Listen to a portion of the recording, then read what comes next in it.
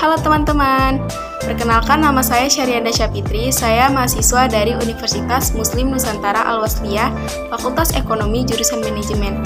Nah, di sini saya ingin memenuhi tugas mata kuliah Pengantar Akuntansi 2 oleh dosen pengajar Ibu Heni Andriani Wirananda, SE MAK.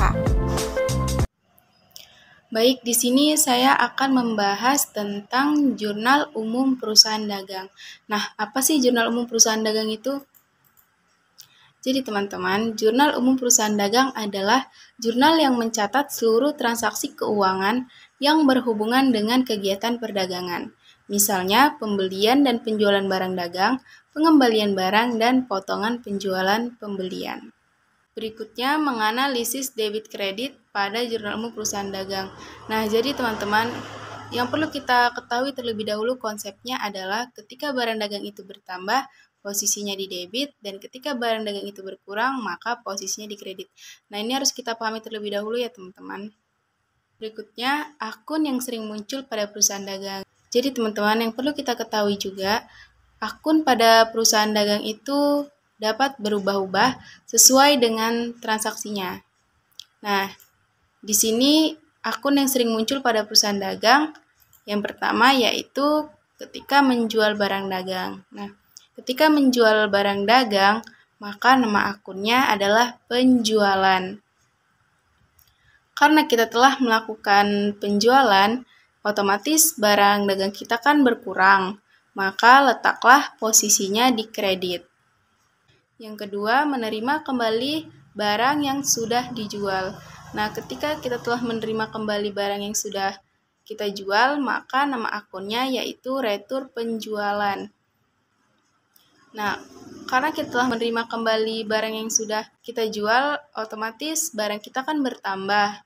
Maka letaknya yaitu di debit, karena barang kita bertambah. Yang ketiga, membeli barang dagang. Nah, ketika kita telah membeli, maka nama akunnya adalah pembelian. Nah, karena kita telah melakukan pembelian, otomatis kan barang kita bertambah, maka posisinya ada di debit. Yang keempat, mengembalikan kembali barang yang sudah dibeli. Nah, ketika kita mengembalikan barang yang sudah kita beli, maka nama akunnya adalah retur pembelian. Nah, karena kita telah mengembalikan barang, otomatis kan barang kita berkurang, maka letaknya itu di kredit. Nah, untuk lebih paham, perhatikan contoh transaksi berikutnya teman-teman. Di sini ada transaksi Jurnal Umum Perusahaan Dagang periode 2021. Berikut transaksi pada tanggal 1 Juli 2021.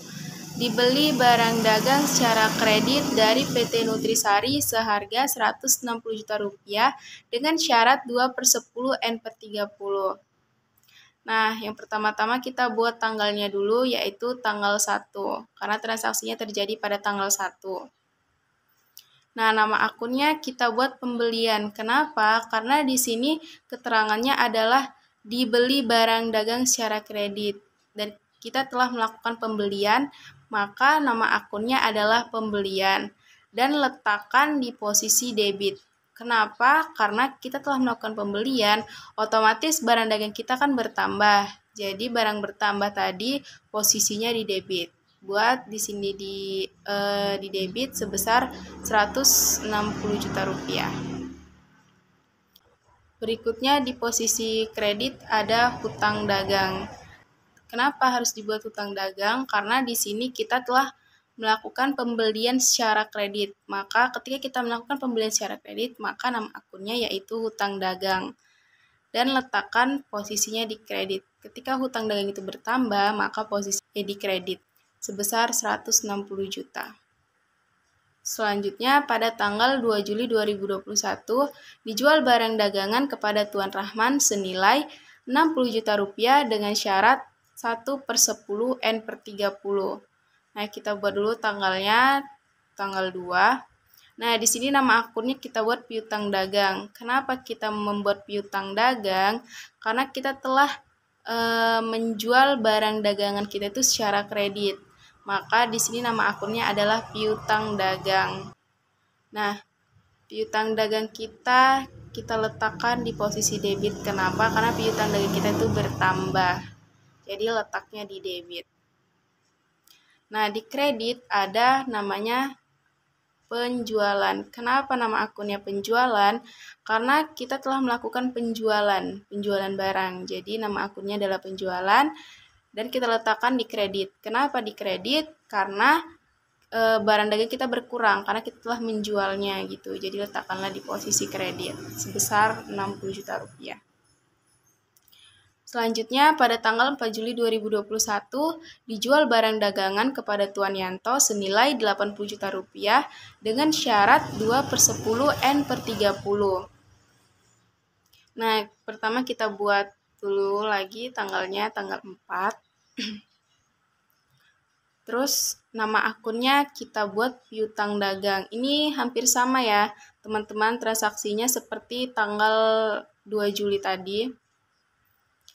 Kita telah melakukan penjualan barang dagang secara kredit gitu. Jadi kita buat nama akunnya yaitu piutang dagang sebesar 80 juta di posisi debit karena piutang dagang kita bertambah. Nah, di kreditnya yaitu nama akunnya penjualan karena kita telah melakukan penjualan. Dan karena kita telah melakukan penjualan, barang dagang kita berkurang, maka letaklah di posisi kredit sebesar 80 juta rupiah. Selanjutnya, pada tanggal 4 Juli 2021, dikembalikan barang dagang yang dibeli pada tanggal 1 Juli seharga 20 juta rupiah. Nah, pertama kita buat dulu tanggalnya yaitu tanggal 4. Dan di sini nama akunnya kita buat hutang dagang.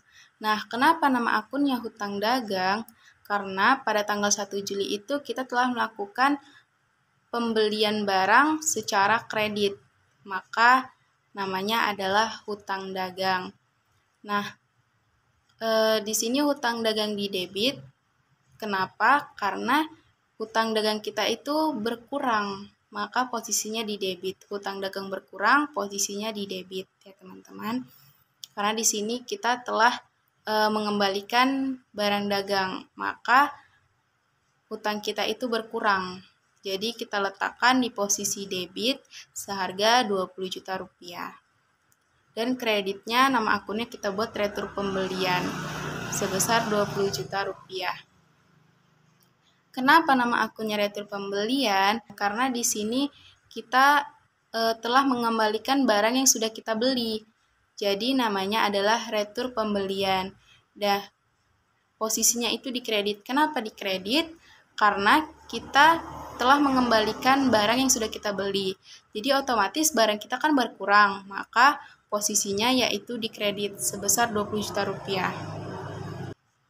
Berikutnya, pada tanggal 8 Juli 2021, dibayar seluruh hutang kepada PT Nutrisari untuk pembelian barang dagangan yang dilakukan pada tanggal 1 Juli. Nah, di sini kita buat dulu tanggalnya.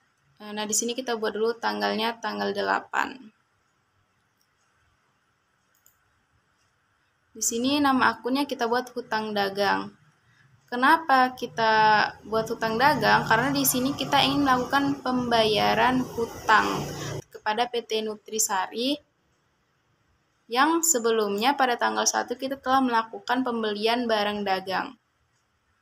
Jadi di sini kita buat nama akunnya hutang dagang sebesar 140 juta di debit. Kenapa di debit? Karena di sini hutang dagang kita berkurang. Karena kita kan telah melakukan pembayaran, maka hutang dagang kita berkurang sebesar 140 juta. Kenapa 140 juta? Padahal 1 Juli kita mengutangnya 160 juta. Karena pada tanggal 4 Juli kita telah melakukan pengembalian barang sebesar 20 juta. Maka 160 juta dikurang 20 juta, maka sisa utang kita 140 juta rupiah. Berikutnya nama akunnya potongan pembelian. Kenapa potongan pembelian? Karena sebelumnya kita membeli barang dagang itu dengan syarat 2/10 N/30. Yang artinya kita akan mendapatkan potongan 2% kalau kita membayar hutang dalam waktu 10 hari. Nah, di sini kan kita membayar hutangnya sebelum 10 hari. Jadi, kita berhak mendapatkan potongan pembelian sebesar 2%. Jadi di sini potongan pembelian kita di debit sebesar 2.800.000 karena kan 2% gitu kan. Ini 2% dari 140 juta ya teman-teman. Jadi 2.800.000. Nah, di sini kasnya di posisi kredit. Kenapa? Karena kita akan melakukan pembayaran, maka secara otomatis kas kita kan berkurang. Jadi letakkanlah di posisi kredit sebesar 130.200.000. Kenapa 130.200.000? Karena di sini kita telah mendapatkan potongan pembelian. Jadi yang harus kita bayar hanya 130.200.000. Hasilnya itu dari ini tadi hutang dagang sebesar 120 juta dikurang potongan pembelian 2.800.000. Nah, jadi hasilnya yang perlu kita bayar adalah 130.200.000. Baiklah teman-teman, sekian pembahasan dari saya. Karena di sini saya juga masih belajar, jadi jika ada kesalahan dan kekurangan mohon dimaafkan. Assalamualaikum warahmatullahi wabarakatuh.